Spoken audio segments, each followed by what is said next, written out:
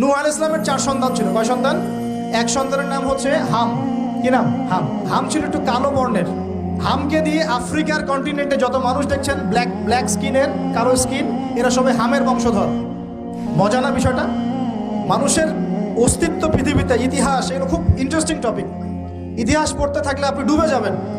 কত কি যে বিশ্ব হয়েছে আর কত কিছু হবে সামনে, সুবহানাল্লাহ। তখন আপনার অস্তিত্ব জানান দিবে যে আমি কত ক্ষুদ্র, মহাবিশ্ব কত বড়, আল্লাহ কত বড়, কত সময় চলে গেছে আর আমি এই সময় কি করছি। এক ভাইয়ের নাম শাম। এই শামকে কেন্দ্র করে এই আরবের যে মানুষগুলো আছে, আরব, অ্যারাবিয়ান, এরা শামের বংশধর। আরেক ভাইয়ের নাম ইয়াফাস। কি নাম? ইয়াফাস। ইয়াফাসের বংশধর হচ্ছে পশ্চিমারা, মানে রোমক যারা, তারা। আরেক ভাইয়ের নাম ছিল কেনান। কি নাম? কেনান। এ ইমান নিয়ে আসে নাই, ওই যে প্লাবনে ডুবে মরে গেছে। মরে যাওয়ার পরে আদম আলাইহিস সালাম বলেছিল, আল্লাহ আমার পরিবারের অন্তর্ভুক্তকে মাফ করে দাও। আল্লাহ বলেছেন, লাইসা মিন আহলিক, সে তোমার পরিবারের কেউ না। নবীর সন্তান হয়েও, নবীর সন্তান হওয়ার পরেও ইমান না আনার কারণে সে জাহান্নামে গেছে। আর আমরা আর কি এমন মানুষ, অমুক আলেমের সন্তান, অমুক বক্তার সন্তান, হ্যাঁ, অমুক পীরের নওয়াবজাদা, অমুক তমুক, এইসব বড়াই করে লাভ নেই।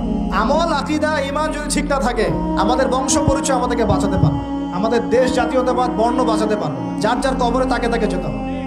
নিজের আমল নিয়ে ফিকির করেন, নিজের কবর নিয়ে ফিকির করেন, অন্যের দিকে চোখ দেওয়া বন্ধ করেন, আগে নিজের কবরে ফিকির করেন। আল্লাহ পাক সবাইকে তৌফিক এনায়েত করুন। যারা বুদ্ধিমান তারা নিজেকে নিয়ে ব্যস্ত থাকে, যারা অহংকারী, উদ্ধত, এরা মানুষের পিছনে পড়ে থাকে। আল্লাহ পাক আমরা সবাইকে নিজের চেহারা আয়নায় দেখার তৌফিক দান করুন। নূহ আলাইহিস সালামের যুগ চলে গেল, 950 বছর দাওয়াত দেওয়ার পরে এই পরিণতি হয়েছে। এরপরে আসছে ইব্রাহিম আলাইহিস সালামের সময়। আল্লাহ পাক তাকে উদ্ধার করেছেন, অগ্নি পরীক্ষা থেকে বাঁচিয়েছেন, নমরুদকে আল্লাহ পাক ধ্বংস